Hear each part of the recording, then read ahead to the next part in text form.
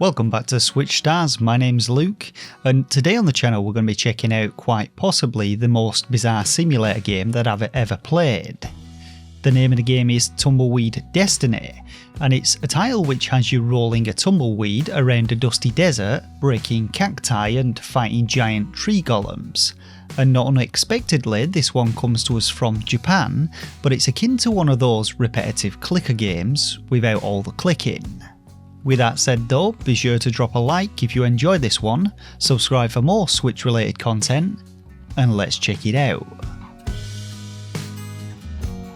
So going into the game I had no real idea of what to expect, and I can tell you that after about 5 hours worth of playing the game, I still really don't know what to feel about it.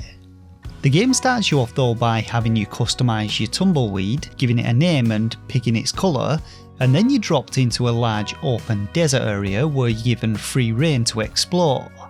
It's worth noting that you're able to play either offline solo or online with other tumbleweeds, and the game does actually appear to have somewhat of a fan base, though from what I've seen these are mainly Japanese players, and there's no real way to communicate outside of a set of emojis.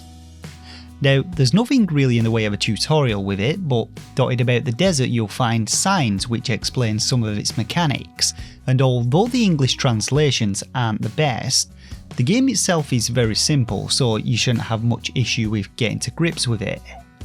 The basic mechanics are as follows though. Rolling around your tumbleweed generates TP or tumble points, and the faster you roll, the more points you'll generate. Throughout the desert you'll find gusts of wind which send you tumbling at high speeds, and cacti which can be broken to obtain TP pickups, and in addition to this, going airborne at any point will grant you a multiplier to your TP gain. Now beyond the solitary saloon and a couple of rocket ships, there's very little else to see or do in the desert, and as you've probably gathered, the primary focus of the game is to obtain TP, hence its comparison to those clicker titles. And like those titles, the TP you gain can then be spent on upgrades for your tumbleweed. These include the likes of speed increases, increases to your TP gain and air multiplier, as well as the ability to activate an auto roll mode which basically allows you to gain additional TP whilst AFK, albeit at a slower rate. The final upgrade you can spend your TP on is a rebirth, and this is essentially where the whole gameplay loop comes in, as rebirths actually reset all of your temporary TP upgrades, but they also provide another type of currency known as seeds which are then spent on permanent upgrades, and these include the ability to jump and boost.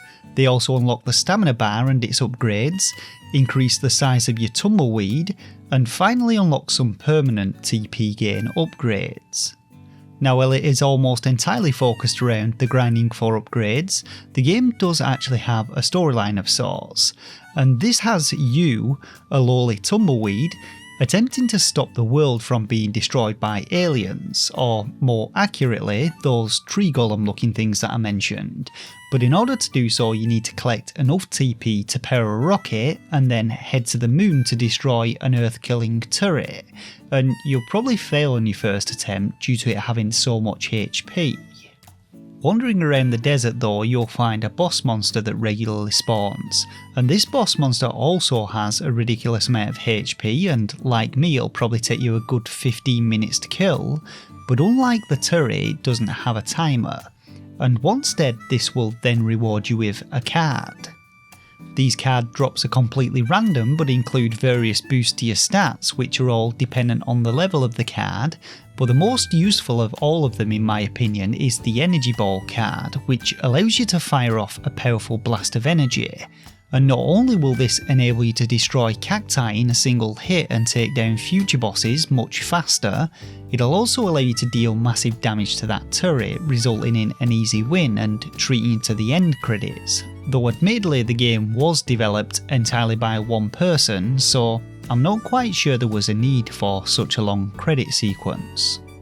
Anyway, that's about the gist of the game. It's a long old repetitive grind, and beating the game just rewards you with a rebirth and a bunch of extra seeds to spend, but then it's back to the grindstone again. Each successful cycle of destroying the turret appears to increase the health of the cacti and offers up more TP from them, but aside from repeatedly grinding out TP for seeds to max out your passives, there is actually one final objective for you to complete, and that involves you amassing a total of 2,000 seeds in order to fuel a second blue rocket. And you're probably thinking, who in the right mind would be sad enough to do such a thing, knowing full well that it probably wouldn't be worth the time or effort involved? Well, I can't justify or explain my actions here, but occasionally I get fixated on having to know certain things, and on this occasion I had to know where that damn blue ship led to. So yeah, I was sad enough to spend about 3 hours grinding out the seeds required to fuel it, and spoilers here, it really wasn't worth the time or effort, but I did it, and that's at least something I can be proud of, right? Or ashamed of. Well, to spoil it for all you actual lifers out there, the blue ship leads to a much nicer town location which is void of any form of humanity, but it does have some nice green grass and a few interesting buildings to tumble past.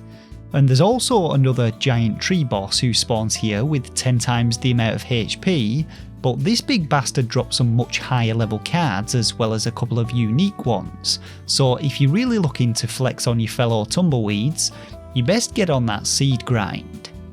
Now, like I said, the concept with this one is similar to those clicker games, so by design the gameplay loop is very repetitive and will put very little strain on the old grey matter. But as ridiculous as it sounds, I actually found it surprisingly addictive, and I still found myself grinding away even 5 hours into it. I have no idea why or how the game captivated me for so long, and it really isn't a very good game and could even constitute as shovelware, but for some reason I just kind of liked it. I think maybe coming from an era where grinding out XP for very little reward has somehow made games like this resonate with me, and I kind of find something a little bit relaxing about the process. But admittedly, it's still very light on the content and gameplay. The visuals and audio are clearly just store-bought assets, though the music does have some relaxing vibes to it. And while I wouldn't really recommend it to most players, its asking price is just a couple of quid, and you never know, you may just enjoy being a tumbleweed for a day. With that said though, that about wraps it up for this review of Tumbleweed Destiny. So what do you think? Will you be giving it a shot? Have you already played it? And what did you think about it? Let me know down in the comments section below. As always though, leave a like if this review helped you out, subscribe for more Switch reviews and content, and until next time, take care of yourselves and game on.